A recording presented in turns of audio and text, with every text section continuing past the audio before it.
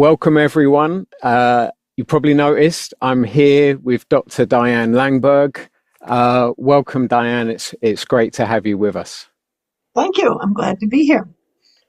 So a lot of you know who Diane is, but for anyone who doesn't know, you've been a psychologist for over 50 years now? Yes. And particularly working in trauma.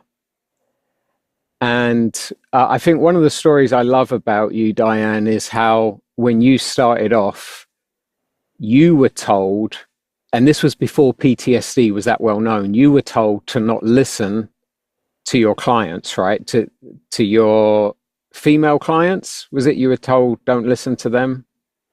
I was told not to listen to them, and I was also told not to listen to Vietnam vets. Oh, both. Okay, right. PTSD was not a diagnostic category at that time for anybody. Right. And clearly you ignored that advice. Yes, that probably says a little bit about my personality.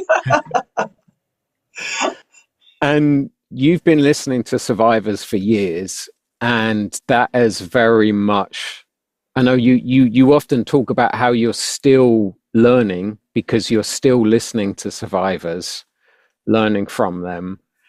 And I love that part of your story.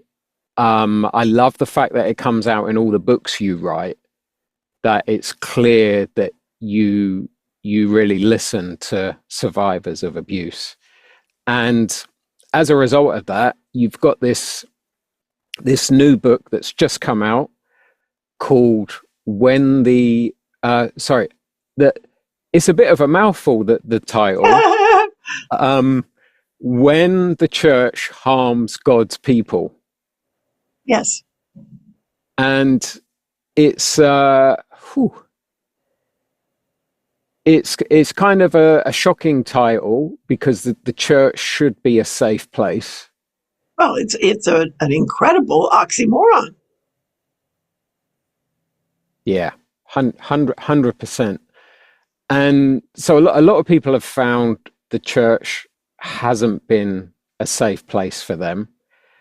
And there will be people watching this interview who they've been harmed by the church. So before we get into the specific questions I want to ask about the book, what would you like to say to anyone watching who's been harmed by the church? Well, anything that I say always feels way too little. Because whatever it was that happened, or however long or short it was, or anything else, it has altered a life. And not only has it altered a life, it has altered everything spiritual related to that life, about who God is or isn't, about Christ, his love. It teaches so many lies, not even so much in words, but in deed. And it's been one of the most heartbreaking things I have dealt with in my life.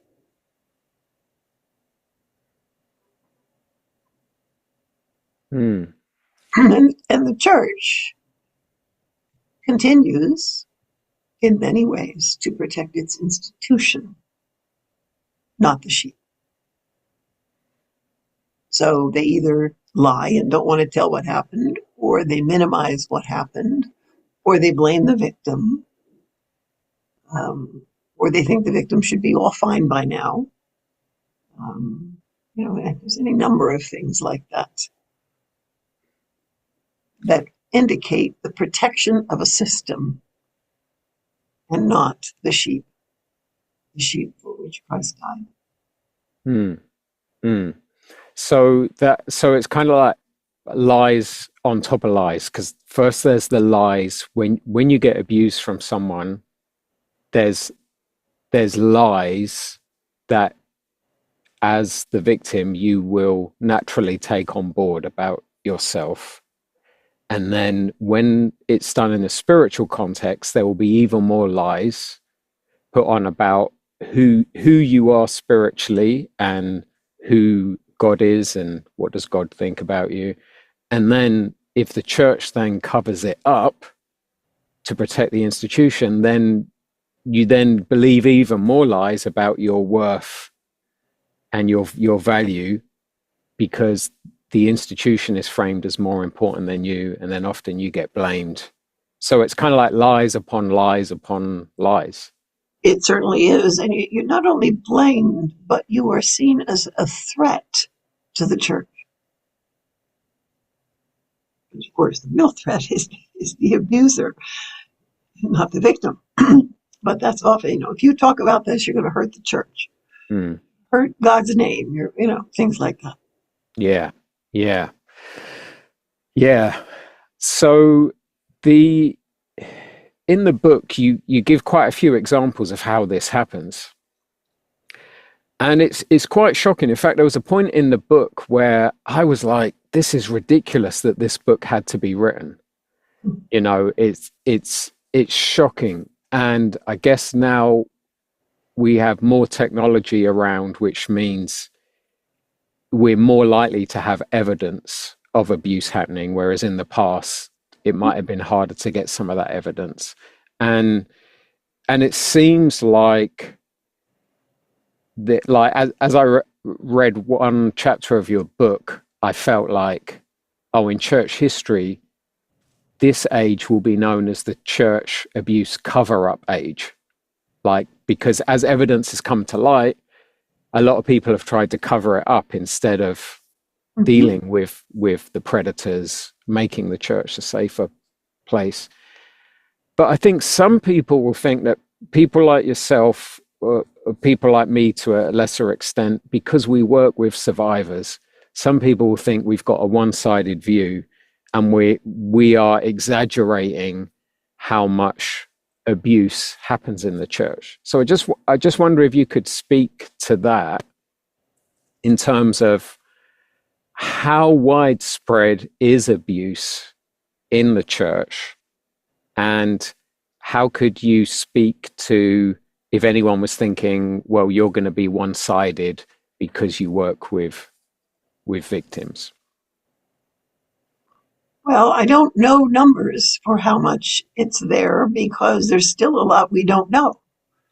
It carries secrets for generations often. And we as Christians, I think, have thought that we are loving God when we protect an institution that bears his name, which is not what we're called to do. We're called to ourselves carry his character in our lives and to care for sheep, wounded, whatever, the way he did so. He did not preserve systems. As a matter of fact, he did all kinds of things that threatened them. I mean, this is the Savior who cracked whips and turned tables over. That's not making it nice. It's pointing it out loud and clear, and it was in the sanctuary that he did that because of what was happening to, quote, the little ones, the ones who were being damaged in some way. And I think we have in some ways come to see the institution as the most important thing. We have to preserve it, protect it, say it's good, even if it isn't. Because after all, it's God's institution. But it isn't God's institution unless it looks like him. Doesn't matter how big it is, how famous it is, how much money it has. If it doesn't look like the person of Jesus Christ, it is not his. And you do a great job in the book of making that really clear, that the church is supposed to act like Jesus. If it doesn't act like Jesus, it's not actually the church. It's a system. And is interesting. So it sounds like from what you're saying then that we can't really know definitive numbers of how much abuse goes on, because by its nature it happens in secret. So it could be more than some of us think. It could be more widespread than some of us think. It not only happens in secret, it is lied about afterwards. Yeah. That lie is considered to be protection of the church. Yeah. If you really stop to think about that, it should hurt your brain. Yes. Yeah. Yeah, definitely. And it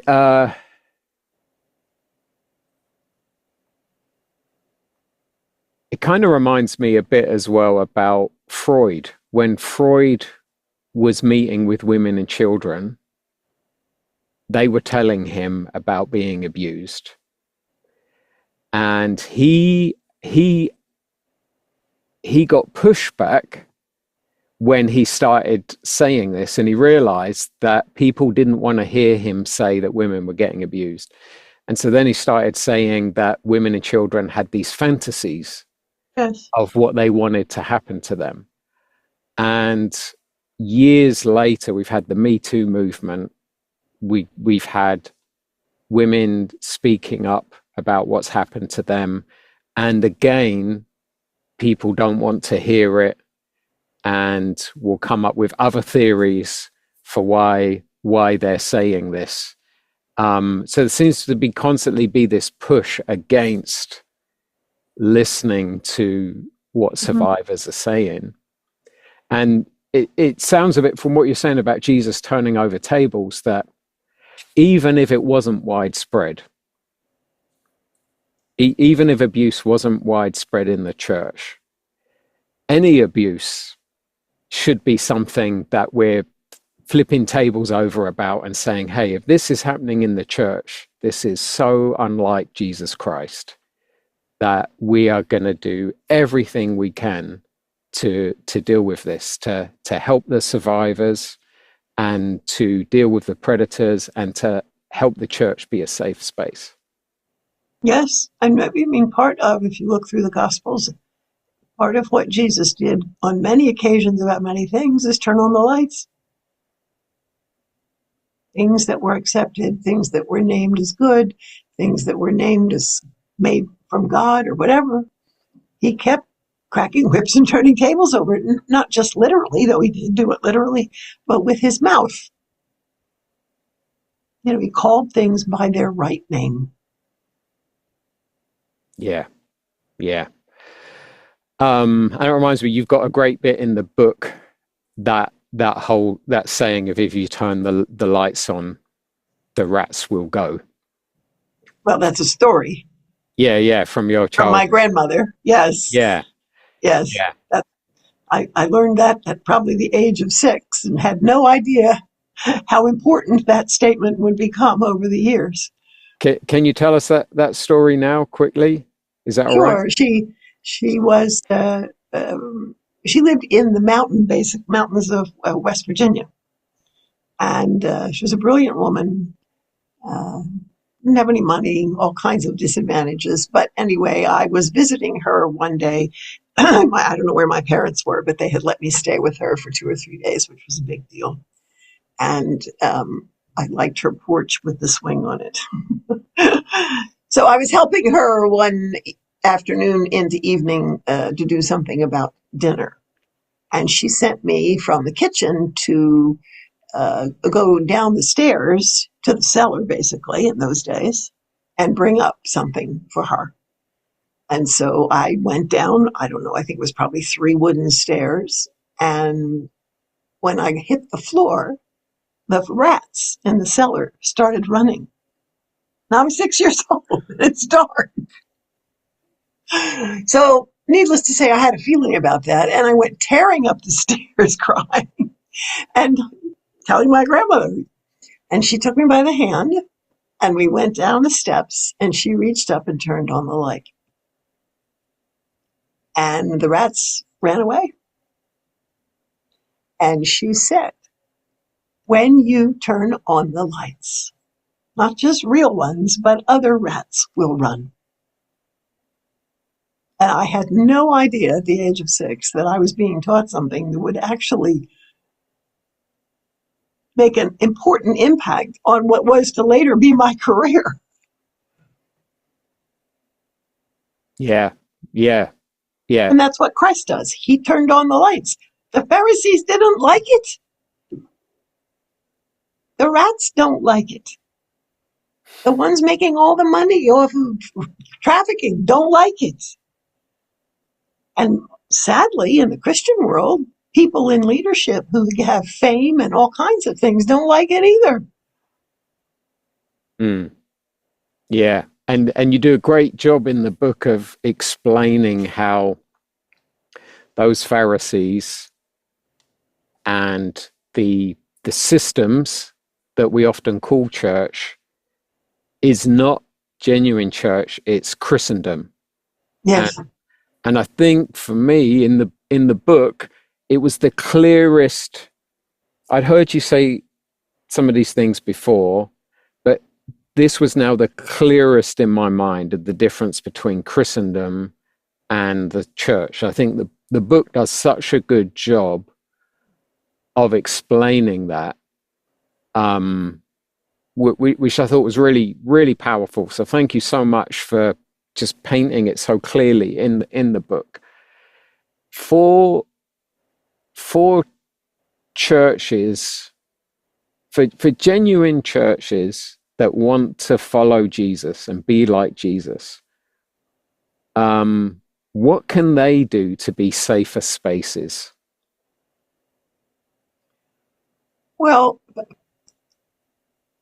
I think one of the first things the church has to do, or any organization, is accept the fact that however well they're doing it, they haven't got it perfect. Welcome to planet Earth.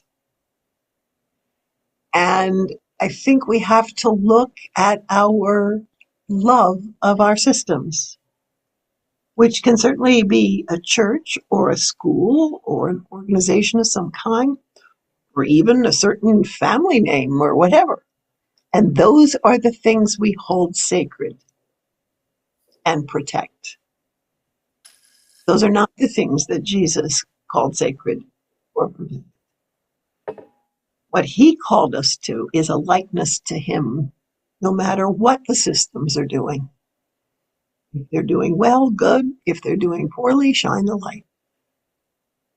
And we have come, and I don't mean just we now, people across the decades and everything, to love our systems, I think, more than we love Christ. And Christ loved the Father more than he loved the system of the temple that he and his Father created. And he got killed for that. But that system did not carry in it the character of God anymore. So I like that. A realism that even if we think we're doing a good job with making the church a safe space, that there's always more. There's always more to learn. We can grow in it. A reality that there are predators in this world, and they're always looking for ways to exploit systems, places that have vulnerable people in. So we never want to get to a point where we're like, oh yeah, no abuse is ever going to happen here again. We also like to think of predators as, for lack of a better word, as ugly. They can be beautiful. I mean, Satan was an angel of light. So part of one of the things, I guess, that this work has taught me is the absolute necessity of humility. I've done this work for over 50 years, but I do not think I know how to recognize victims all the time. There are all kinds of ways and hidden things and everything else. And the long list of things I don't know. And we lose sight of that. Just want to check, were you saying you don't know all the ways to spot victims or spot wolves or both? Both.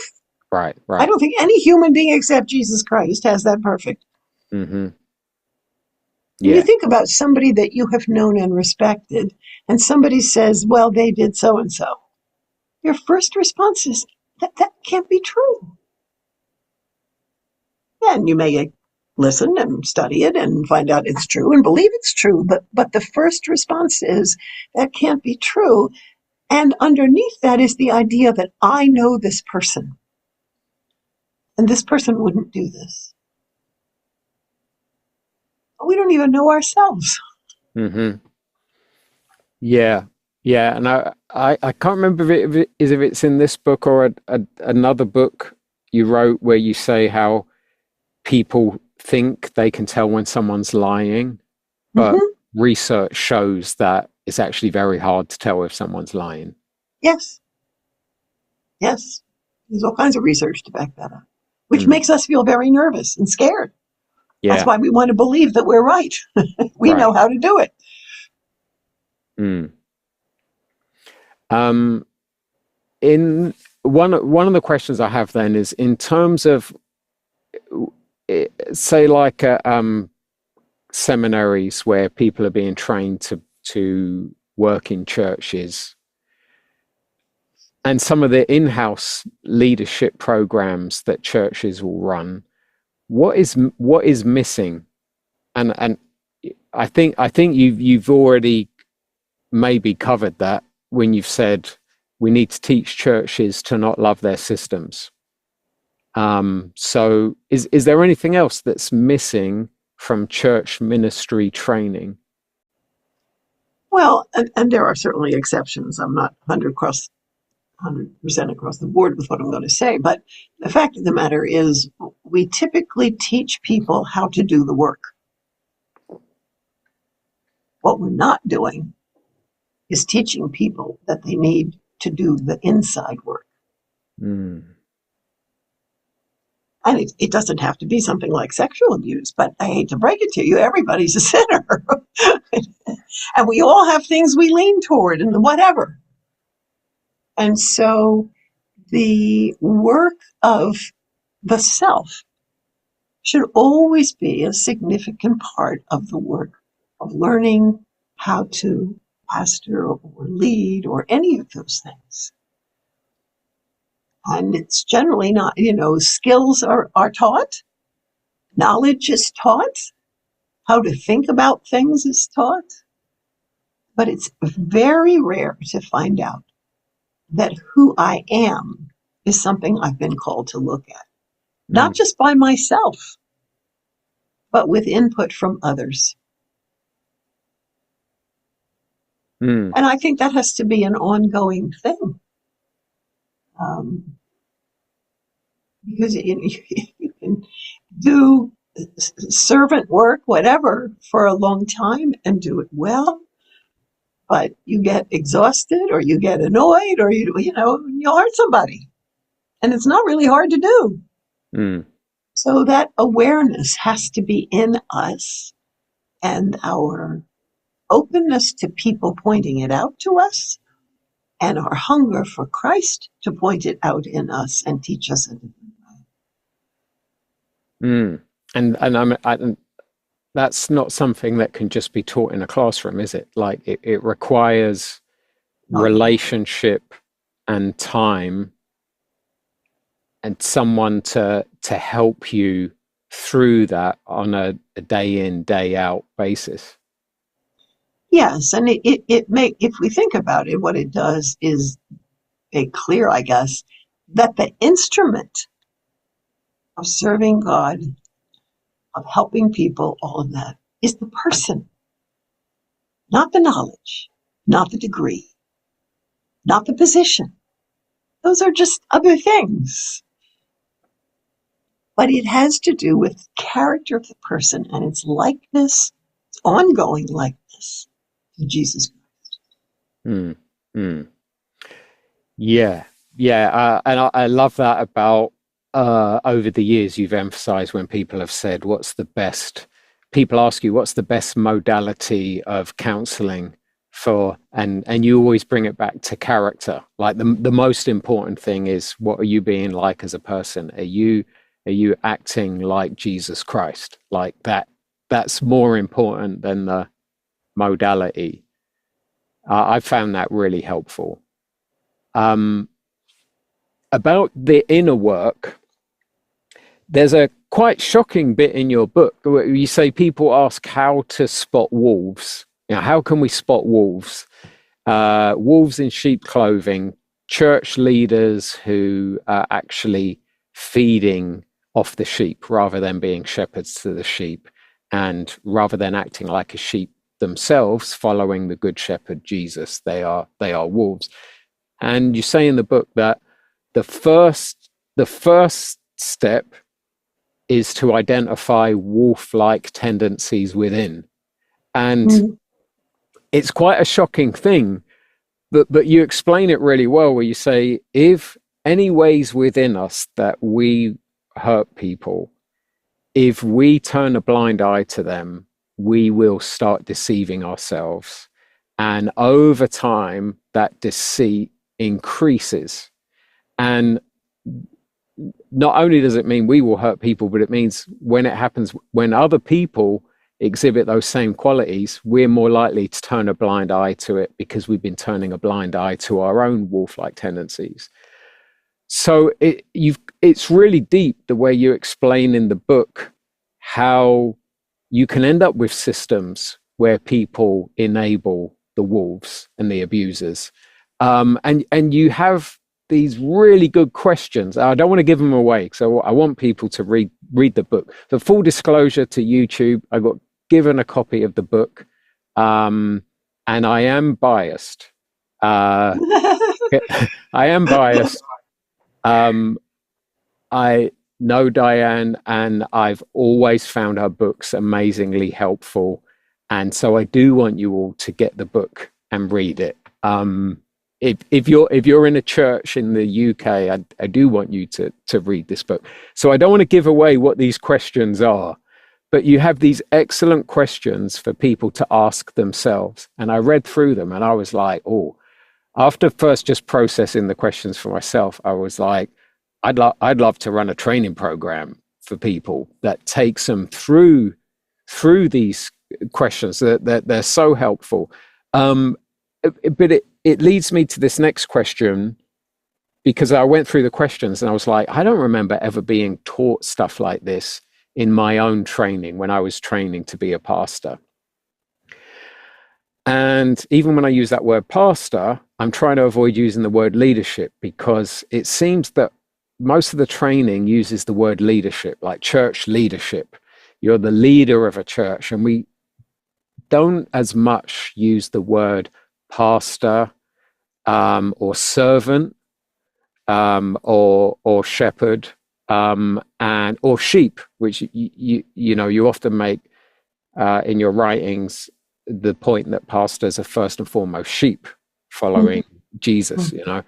So my question is, because we keep using the word leadership in church context, and sometimes we say servant leadership, but we're still kind of emphasizing the leadership, and the servant is just like a tiny little modifier to kind of make leadership sound more holy. What have we got wrong about leadership in the church? Well, I think theologically there is only one leader to follow, and that's Jesus Christ. And so whether I'm working with people in my office, whether I'm training other therapists, whether someone is speaking from a pulpit, helping a church grow, whatever, it all is done by a broken human who is called to likeness to Christ, and in that place to reach out to others. And it isn't about an organization or getting a lot of people in the door or any of, if a lot of the things that we use today to show that we're successful are actually the way you find out Jesus was a failure. First of all, they all ran away. didn't have anybody. They let him get killed. I hardly think that most leaders in churches would be pleased to know that their parishioners are going to let them get killed. No, he was something different than the world has ever seen, frankly. And it is who he was in the flesh that radiated God and radiated love for sheep and invited wolves to look at themselves. Some of them did. Some of them didn't. But that's the work. And we're building big organizations and getting famous, and people are making thousands, some of them millions of dollars as, quote, leaders of a church. It's the wrong road. Mm. And the sad thing, when I look at it, obviously the sheep are being wounded, crushed, lied to, damaged, all those things. But what those so-called shepherds don't see is they are being damaged too. They are letting themselves turn into something God did not call them to be. He did not call them to be somebody who makes millions of dollars or is famous around the world. I mean, and I'm not saying you can't be famous around the world. That happens to people who don't even want it to happen. But the point is that those are not the goals of the person. The goal of the person is to love and obey Jesus Christ no matter the cost. Period. Mm. Yeah, yeah. And I think so in the UK, there's kind of there's two dynamics I see going on. There's one dynamic where there's guys in the UK in church circles who they look at America, they look at how big the platforms are that pastors have, and they think, oh, we need to have that too. So there's that dynamic going on, which I think your book is a really helpful corrective for, to see, no, that's not actually what ministry looks like. There's another dynamic where some UK church leaders would look at America and say, oh, those guys, they're all into their big platforms and their money. We're not like that. But they have their own way of doing it. So, for example, there can be someone who has quite a small ministry, but the work, that's the phrase you often hear used, the work is seen as really important. So someone might say, well, they've got a small ministry, but the work they're doing is fantastic. And there's all this emphasis on the work they're doing, rather than this emphasis on how are they doing the work? Are they doing the work like Jesus would do it? What's their inner life like? And even in UK circles, I'd say there's a lot of rubbishing of doing inner work. So there's a lot of, if you talk about doing the inner work, there's a kind of, oh, you're navel gazing. And even a worry that you're now getting into a therapeutic gospel, which is a phrase that sometimes people use. And what does that mean? Well, and that's the thing as well. You've got to ask people, like, what exactly do you mean by that? But one of the things I've found is that for myself, transitioning from being a pastor to a counselor has seemed like a very natural transition. But in the church in the UK, a lot of people feel that they would find that strange, because they feel as if you've got the counseling world over here and you've got the pastoral world over here, and there's a bit of tension between the two.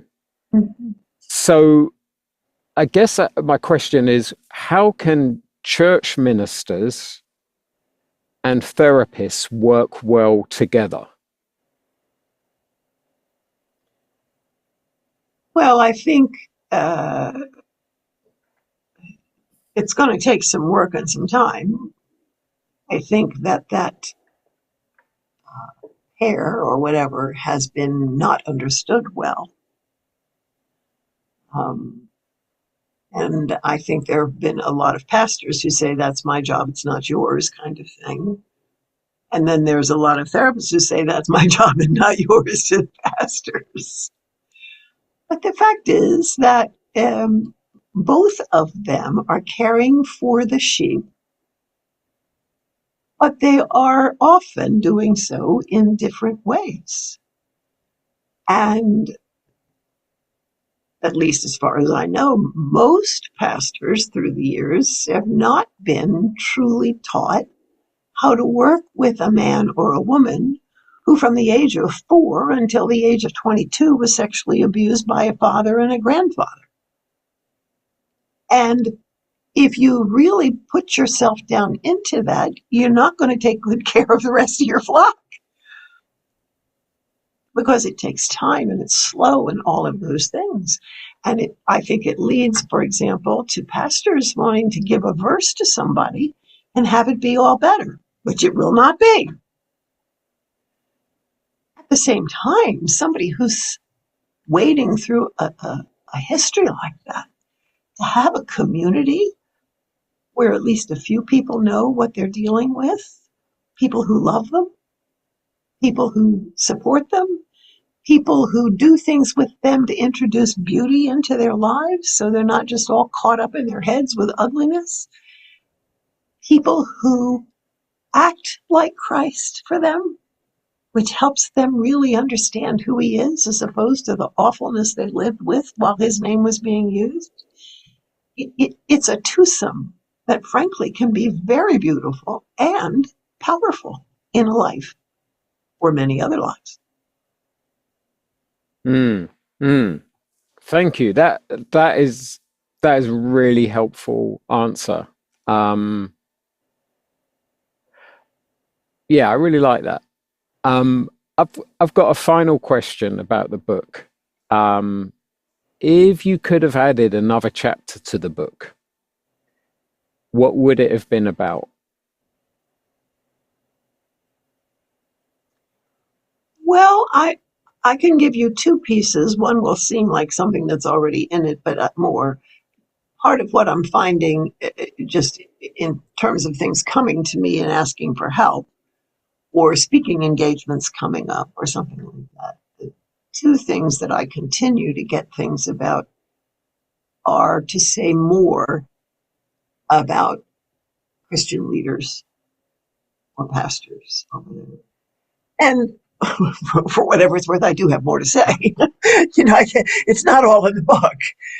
But I gave a talk to a bunch of pastors and elders somewhere, and they asked for it in print, which I didn't do that, but I will eventually do that. And there were things in there. It helped me understand what they're looking for at a deeper level about that particular area. And the other area is women. Speaking as one, the church has, in many ways, down through the centuries, not been kind to women and has shut her up in terrible ways. And if you really go back and study Mary Magdalene and who she was and what she did, and she's the one who went to the disciples and said, he's risen. She's the one who brought the message, whatever. There's all kinds of things that never get talked about in churches about women. And the care of them is often not talked about. So you have women sitting in your pews who get beaten by their husbands and who come to church with long sleeves and whatever else to not show you because they don't know who to tell, or people say, what are you doing wrong that he's doing that to you? And the same thing happens with rape, sexual abuse. Those things have not really been studied, understood, and entered into by the church, and particularly by the leaders of the church. So I think probably have a couple more things to say. Yeah, yeah. Maybe there's a new book. Uh, I, or a couple booklets or something. yeah, yeah. And actually, what you were saying about women, I love the bit in your book where you say how your mum and dad were because your dad was in the Air Force, so you traveled around a lot, which meant often having to find a new church. Mm-hmm. And how rather than going down the denominational lines of, well, we're this or we're that, so we automatically go to this church, they would pick churches that cared for people at the margins, and they and it had to be a church where women didn't have to leave their brains at the door. Something like that. Sorry if I'm misquoting it a bit. No, that's right, because we were at a church where I needed to leave my brains at the door. I think I was all of 13 years old, and we didn't stay there anymore. My father said, no, we're not going to be here. So, and I love that because just seeing the way your parents were, and then with you, and how you've been someone who God's gifted with a great mind, and you've used that to help people, particularly help people at the margins. So I just thought, it made me think, oh, what would have happened if your parents hadn't been like that, and you gone to a church where you had to leave your brains at the door? I mean, I think you would have broken through somehow anyway. that's probably a good guess. Yeah. Yeah, but no, I just love that. I love that part of your book. I'm so thankful. I broke through with their help, support. Yeah, which that's the best of all. yeah, yeah. So I'm just so thankful, Diane, for all the books you've written, all the work you've been doing. I For anyone who gets the book but is also wondering what can they do for the inner work, I think your two books, Meditations for Counselors, are massively helpful books. I find them really helpful. Yeah, thank you so much for doing this interview, Diane. I really appreciate your time, and thank you for the book. I found it really helpful, and I hope that there's many more people out there, particularly in the UK, who will get this book. I hope it will have a positive knock-on effect in churches in the UK. So thank you so much, Diane. You're welcome, and thank you for having me and opening this door, and asking questions. I hope that will help other people think and reach out and learn too. All right. Okay. So everyone watching, thank you for watching, and take care.